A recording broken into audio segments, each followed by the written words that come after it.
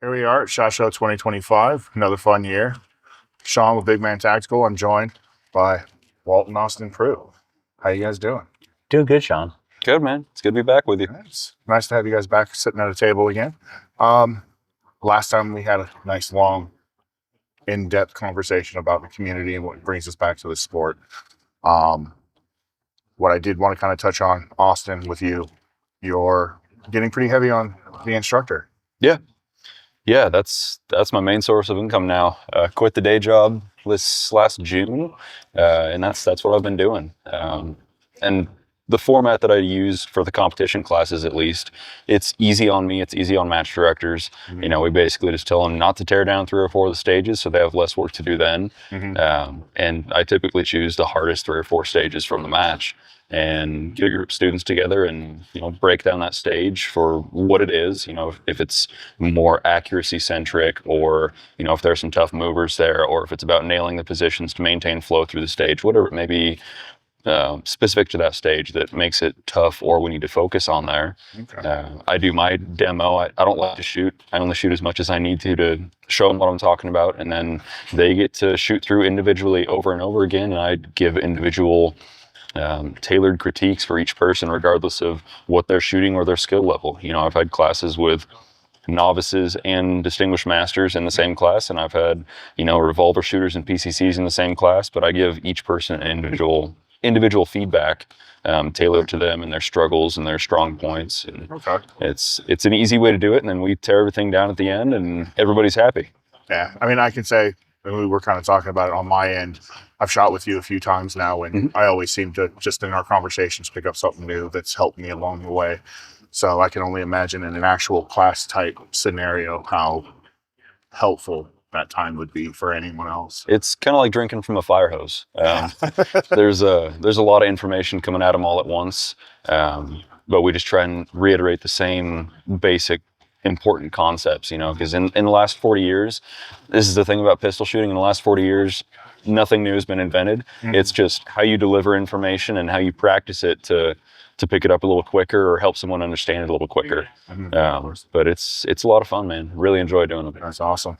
Now, do your classes? Oh, I'm sorry. I was going to say I've been there to assist him in a lot of his classes, but mostly just to watch, and because we shoot the same matches together, and it's always interesting when I watch him select the stages that he wants for a match director to leave up to teach the classes, and invariably it's going to be a real variety of things that's going to allow him to give great instruction to a master level shooter that the master level shooter needs, and some of the other stages are going to be more basic footwork type things and fundamentals based stuff where he can really help somebody who's just getting started out. Mm-hmm. But even on those simple stages, it seems like he finds nuggets for the higher level shooters, you know, to give them the next step. And so I've seen him give great instruction to all levels. So. Yeah, that's awesome. And definitely something I want to get into. I want to check out one of your classes. Let's make it happen, man.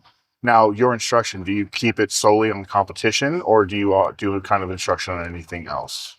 So I do a lot of competition because I shoot a lot of matches. Mm-hmm. So if I can, you know, loop that into being part of travel that I'm making anyways, and, you know, it also works out well for the shooters because you're already there. Mm-hmm. You spend 1 extra day.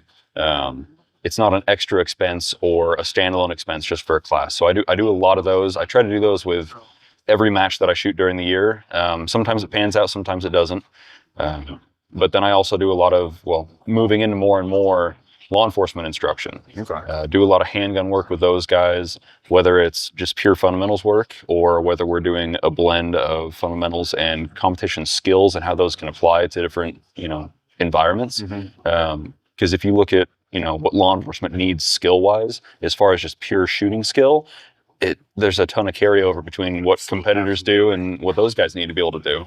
And then in addition to that, been doing a lot of intermediate range carbine and sniper stuff. Okay. Yeah, and that's been a blast. So we basically took the lessons that we learned from the ultimate hunter shooting sports, Uh-huh. and it turns out a lot of those, again, the competition skill carryover is pretty direct and pretty important for both anyone carrying patrol carbine, because let's not kid ourselves, that's not just a 25 to 50 yard rifle. If you know what you're doing, that's a 500 or more yard rifle, and then also the snipers, and specifically in situations where they need to improvise a position quickly and then still get that first round hit, which, the carryovers between that and what we do in a hunting based shooting sport, they're direct. So been doing more and more of that, 100%. and really, really enjoying that stuff as well. And that's a conversation that I have with a lot of people too, because there was always a stigma for a little while. It's okay, you're a competition shooter, Oh, yeah. but in a tactical situation, you're going to die. Yeah. And it's like, no. I mean, if you think about it, the real big difference between what we do and what law enforcement is going to do is we have polished our movements to not waste energy. And if you can take that into a tactical situation, it just helps you be able to engage smoother. Yeah. Efficacy of motion. Yeah. And more cops that I've worked with, especially out in Phoenix, I've brought them out to some IDPA matches. Mhm. Just come try what I do and see what you think. Yeah. And a lot of them have been able to see, well, we're not necessarily using cover the way we're supposed to with IDPA, but the idea of just getting that extra time on the trigger and then working those smooth transitions at speed. And they realize, like, yeah, our training is a little lacking on that, and have started to go out and look for people like you that teach that compound to bring it all together. So when I teach law enforcement classes, one of the first things I'll go over is, here's who I am, here's what I know, here's what I don't know. I'm not going to teach you how to conduct a felony traffic stop. I can't teach you how to stack on a door and do a room entry. But what I can teach you is the hard skills to, let's be honest, shoot someone faster and more accurately than they can shoot you, which is a pretty good tactic. Yeah. Entry into positions. If you know that I need to get to this vehicle and then engage quickly, how can I cut down on the time? The efficiency you were talking about. The actual hard fundamental skills that we practice and hone in competition, those all carry over directly. And tactics, there's no one tactic that works perfect in every situation. You learn as much as you can, and then you've got a toolbox, and you can make that decision from there. What do I need to employ here? Exactly. And the closer we can get to having high-level, fundamental-based shooting be second nature that we don't have to think about or focus on, the more mental bandwidth we free up for those officers to make those good decisions in a crappy situation, because the shooting is second nature at that point. You look at someone like Pat Doyle or Jeremy Story, the law enforcement guys that are also very high-level competitive shooters. You talk to them about their OISs or situations they've been in on the job, and they're saying, yeah, I wasn't thinking about the shooting at all. All I had to think about was solving the problem that I had going on in front of me in the smartest way possible. The shooting is going to be good because I practice that all the time, no matter what. Exactly. Yeah, if the shooting becomes second nature, especially if you're really, really good at it, then that's something you don't have to think about at all, even while you're doing it. Yeah. It just... You process that the same way that you process walking from here to the other side of the room. You just know, I need to get over to there, and you're done. You don't have to think about the walking while you're doing it, even if the lights are completely off. That just happens automatically. So it is absolutely directly relatable from competition shooting to life-saving shooting. Yeah.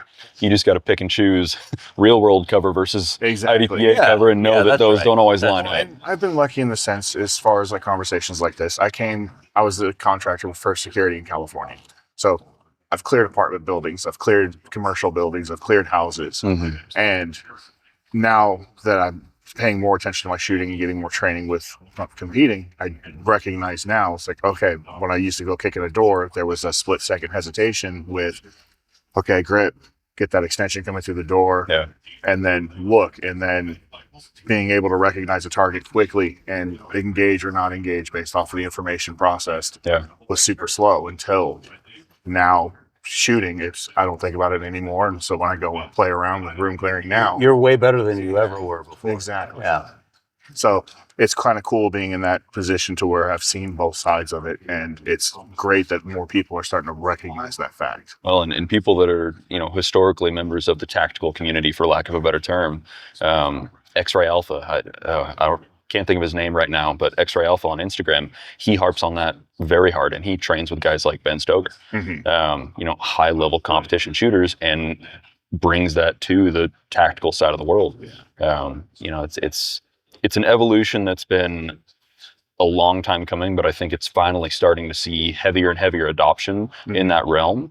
And I think it's increasing exponentially. People are seeing the benefits of that cross training as long as you can separate in your brain between what the game is and what real work is. And you just take what you need from each piece and apply it to the situation you're in. So it's like you mentioned earlier, there was a barrier for quite a while, and it used to be a lot worse. It used to be just the tier 1 guys, the HRT teams, Delta guys that were getting the really good competitive trainers, teaching them what they know. But now I work with, Las Cruces Police Department. I've go down there a couple times a year and work with their guys, and I'm teaching patrol officers how to be really good, effective shooters, so they can make better choices in really crappy situations. Yeah. So it's becoming a lot more. That in itself is amazing, because when you have the guys in the specialized units, they have time to go out and train. But you look at everyone that's on the patrol, and the ones that the public knows about, and when they do something, we all harp and moan about it, but they're not the ones that get the time to get the training to be the best possible that they can be. Absolutely. So that's actually really awesome. It's a lot of fun too. Well, working with municipal and regional PD training groups, once you get that culture instilled with them, then they go on and they train their, rank and file officers, the patrol cops. It carries over. So there's trickle down for sure. Yeah. Well, in Las Cruces, Jeremy Story, our teammate, he's a chief of police down there now, so he can pick and choose different trainers, and he's had Tim Herron down there. He's had Stoger down there. He brings in high-level competitive trainers on a regular basis and just floods those guys with good information and good practice on a constant basis. So he gets it, and he's actually helping out his officers by doing that regularly, because those guys are in a pretty active environment as far as law enforcement goes. So he's doing right by them to get them good information and good training, just like you're talking about. Because so many places you talk to them, and you're like, how often do you guys actually train? How much work scheduled training do you get a year? And they're like, well, we qual once or twice a year. Yeah. Well, and you've had a number of other law enforcement agencies recently reach out to you for that kind of training, and you've done that for their SWAT team groups and so forth. I just like to name drop the Las Cruces guys because they're a fun bunch. And then we're going back to the trickle-down effect, is as people move out and transfer out of those departments, they bring that training with them. Yeah. And whether it's kind of sanctioned by whatever PD they go into or not, they pass that information on to people that they work with, and so on and so forth. Absolutely. And eventually we will finally have a well-trained law enforcement to get out there and do the job. That's the goal, man. Yeah. And for a few years, I taught at the Colorado Law Enforcement Instructors Association. They have a conference, CLEFIA. Mm-hmm. And basically they brought in different trainers from different backgrounds, and you have a morning and an evening class, a morning afternoon class, and most agencies would send 1 or 2 trainers to take a bunch of these different classes, gather as much information as they could, and bring it back to their departments to try and bring all the information they could in 2 days with just a couple guys.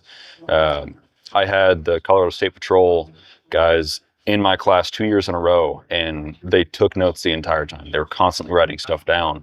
And the second or third year that I was there, they actually came up to me and said, we changed the way that we teach how to grip a handgun in our academy because of what you taught us in the class and because of the effect we saw in the class. That's awesome. So seeing stuff like that and just knowing that I might have potentially helped one person when they get in that really crappy situation, might be the worst day of their life. If something that I taught to one person on one day, trickled down to them at some point and gave them a better chance in that situation, that's awesome. Absolutely. That's awesome. Yeah. Absolutely. Yeah, that's great. So that's freaking awesome. Walt, anything new in your world going on? Oh. Yeah, I mean, are you talking specifically Cameo shooting education complex, or competitive shooting, or my new LLC, or? So we got a few new things going on in your world. Yeah. The older I get, the more I do. I mean, anything fun with Cameo that you put out, or? Yeah, so the Cameo Shooting and Education Complex, you know, we host 120 different user groups, from smaller mom and pop type training outfits up through competitive groups, high level training groups doing law enforcement, military training stuff, big events, Girl in a Gun National Conference, the Third Rock Regional, huge combined IDPA event, Doug Koenig's PRS event every year, of course. You just had IPRF there a few months ago. Yeah, IPRF World International Precision Rifle Federation World Championship was there. Wow. Okay. We are nonstop. We hosted over 400 events last year. And that's in addition to the public attendance on a day-to-day basis at all of our bays, between pistol, rifle, archery, shotgun, all that stuff. It is an amazing facility. Yeah. It is an amazing facility. Yeah, it's a real honor to get to run that place. Great people working there too. In addition to that, I still continue as a pro shooter for Wilson Combat and shoot 15 to 20 major events a year in addition to local club matches. I'm shooting 8 different shooting sports per month. Man. Keeping it going. Yeah, it's crazy. I mean, I guess with all of that, where do you kind of find the time to just get out to fine tune everything? I'll be honest with you, as far as like training goes anymore, there's really no time that I'm not actively doing some competitive event. So anymore, my practice is my shooting. Should I be doing some dry fire? Yeah. But I've still got to have a life, right? So, I'm to the point now where I'm spread thin enough that I don't get as much practice and training as I should, but I'm constantly shooting some sport or another. Well, and nonstop. Luckily, the local matches that we have of every discipline every month at Cameo are really good matches. Yeah. You know, if you've ever shot that's Third right. Rock or Colorado State, any of the big matches we hold there, those are the types of stages we shoot on a monthly basis. Every single match that we run in a big event has been shot in a local match. Yeah. Okay. Every single one of them. All the stages, yeah. So our local shooters and we shoot high-level competition stages on a monthly basis. Yeah. Okay. So that becomes your practice. Yeah, really. Well, and I remember it was a comment that you had made. It's like the best practice is doing it. So. Yeah. And a lot of people undersell the value of their local matches. You know. Yeah. Absolutely. And they'll show up late or use different gear or switch up the guns they're shooting there. And that's, if you're talking about practicing for doing something, the best case scenario you can have to practice to do something big is do it on a smaller scale all the time. That's what a monthly match is. Yeah. You know, I do it a lot. Yeah, your local club matches. People treat them like, it's just a local match. That's the most applicable practice you can possibly have for when you go to a large event. And people, you know, they kind of just sweep it under the rug like it's no big deal. I've noticed that. You know, if you can treat that with more value than you already do, and unless you're one of those people that, you know, takes them seriously, just that alone can have a huge effect in how you perform at bigger matches. You know, have the same rituals, the same procedures, the same gear, keep it consistent like you're shooting a big match, and you get to shoot big matches every single month, basically. Yeah. You know? And I know for me personally, because I don't get out, I have the same problem. I work too much, and training is a pain to figure out. So when I get to my local matches, it's a lot of, I mean, I'm still running my jersey. I'm running everything that I would run in a major match. Always. And I look at that as, this is my time to figure out my throttle. Yeah. So I can look at a stage, it's like, this is how I would normally run it. Yep. Let's see if we can speed it up just a little bit. Yeah. And then after that, when it doesn't work, it's like, okay, we need to tone it back down a minute and then go again. But yeah, that's been a very big help as far as throttle control and trying to read stages out a little bit better. Finding your limit and pushing your limit on movers, speed, the speed accuracy balance, especially for IDPA. And this is stuff that I go over in my classes a lot. You know, that's the best chance for you to practice that stuff, unless you want to go out and set up full stages or movers, which most of us are not going to do, right? Right. Yeah, and then something you touched on earlier, you mentioned, you know, picking up small bits of information from us when you shoot with us.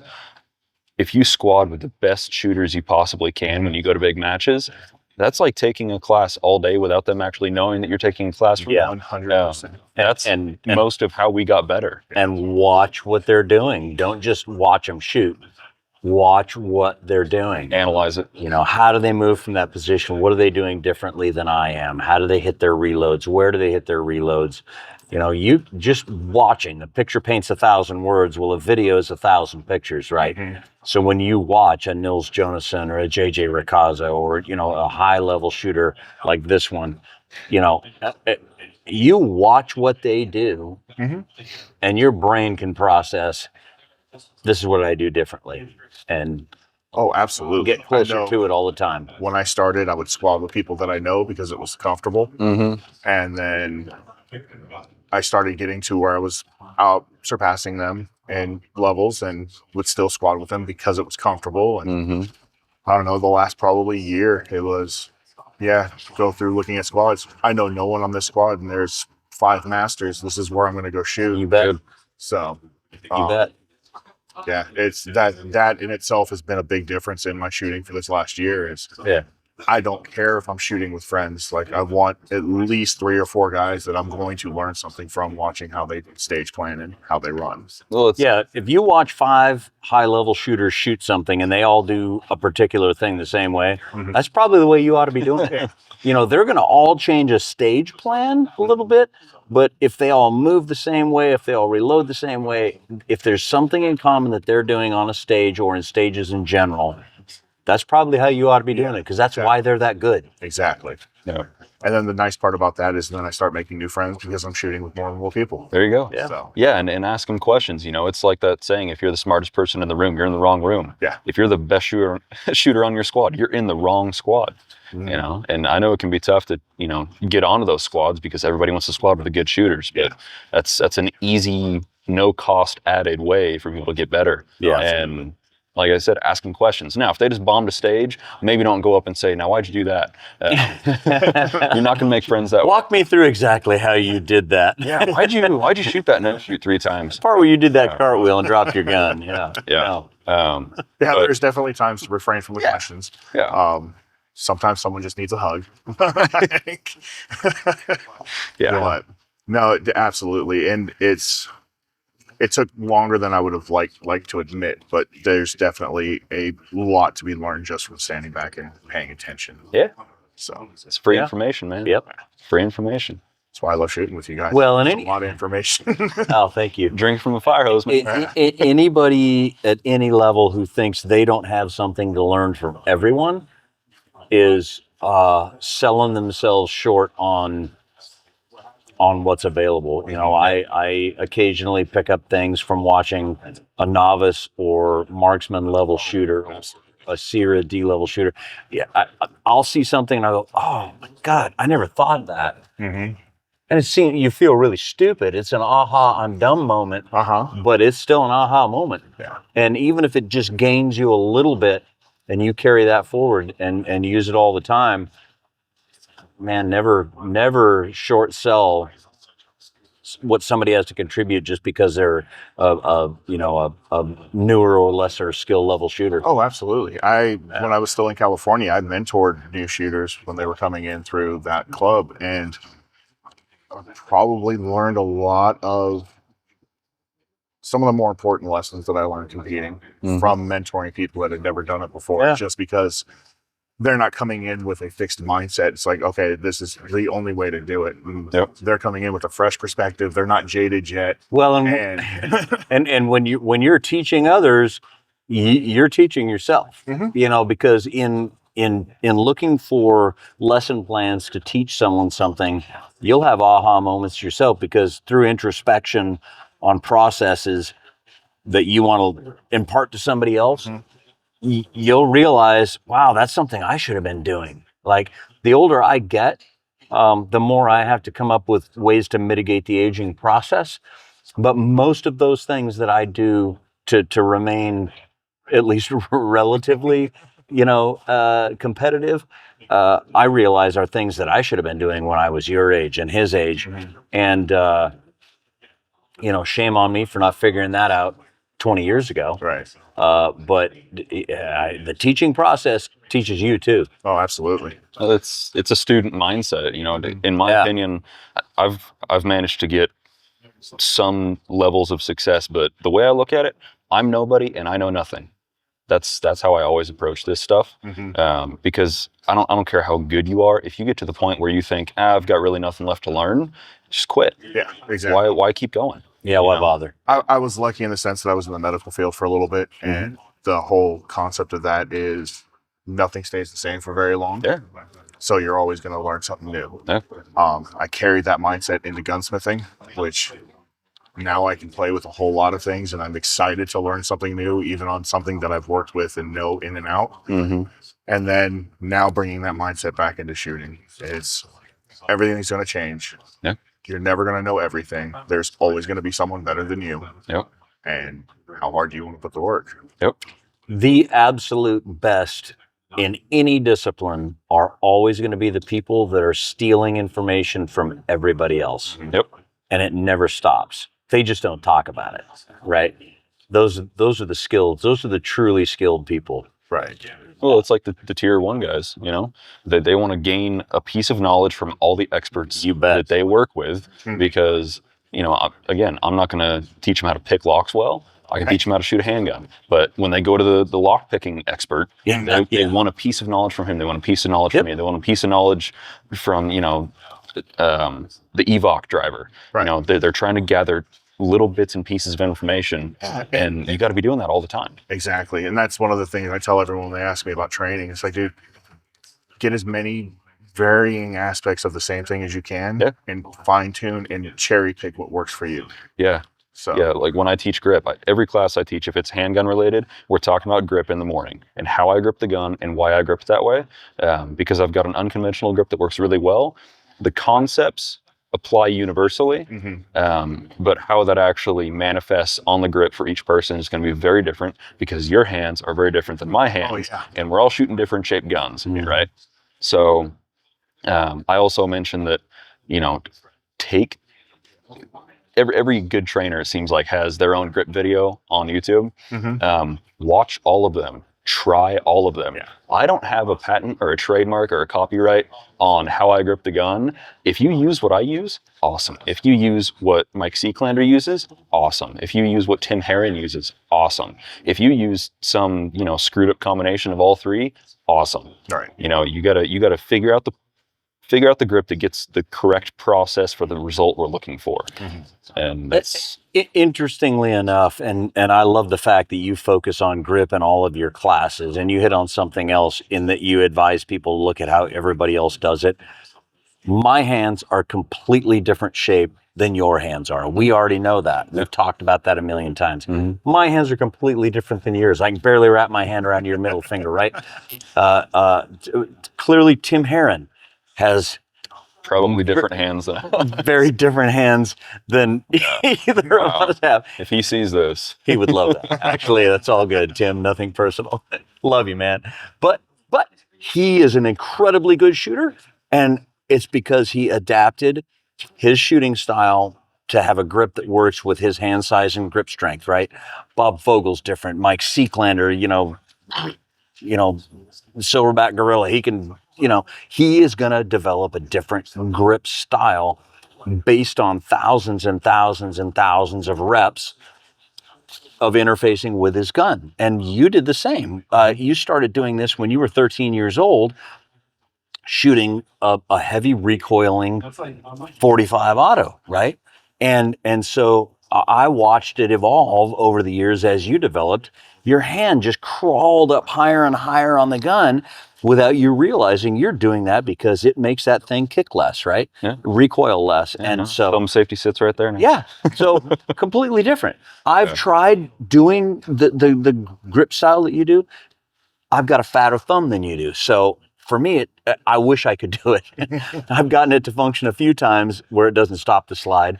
And the recoil mitigation is insanely good. It's just like no recoil whatsoever. But I don't know as I could ever adapt enough that I wouldn't stop the slide. So I can't probably do it that way. And so when you tell people, try all these different things and all these different styles that different instructors give, they all are good shooters, and it's because they've figured out how to do it. Well, and mine is a combination of lessons from Bob Vogel and Tony Cowden. Hunter Constantine has a great video on YouTube about how he grips his, and he explains it, how he explains how he applies grip pressure in a very different way, but you hear him explain it and it clicks, you know, and a lot of times that's the difference is how is it explained to somebody? And ultimately, whatever allows you consistent sight or dot presentation and consistent return on that sight picture or presentation and doesn't let the gun move, makes the gun move as little as possible, that's what works. Yeah. There are just different really good ways to get to that. So I do the exact same dynamics that you do, the exact same. My hand position is just different because my hand shape. But yeah. Well, gentlemen, thank you for taking the time and sitting down. It's always a pleasure when I get to pick your brains just a little bit. Of course, man. So the name of your company for training? GoFAST Concepts. GoFAST Concepts. I've got the website, and then if you go on Practice Score, I run registration for pretty much all my classes through Practice Score. If you just search GoFAST in matches, all my classes pop up. Okay. So, and then I'll go ahead and throw a link and awesome, man. Description of the video. Oh, that's great. Thank you. And then Cameo. Cameo Shooting and Education Complex. Yeah. Yep. We'll throw a link up there. You guys want to check out that range? Not bad. Yeah. But really appreciate you guys. Thank you, man. Thanks, buddy. Always a pleasure. Check out the range. Check out GoFAST. And we'll see you guys next time. Big Sean 2025 SHOT Show. Have a good one. Let's go shoot something. Right.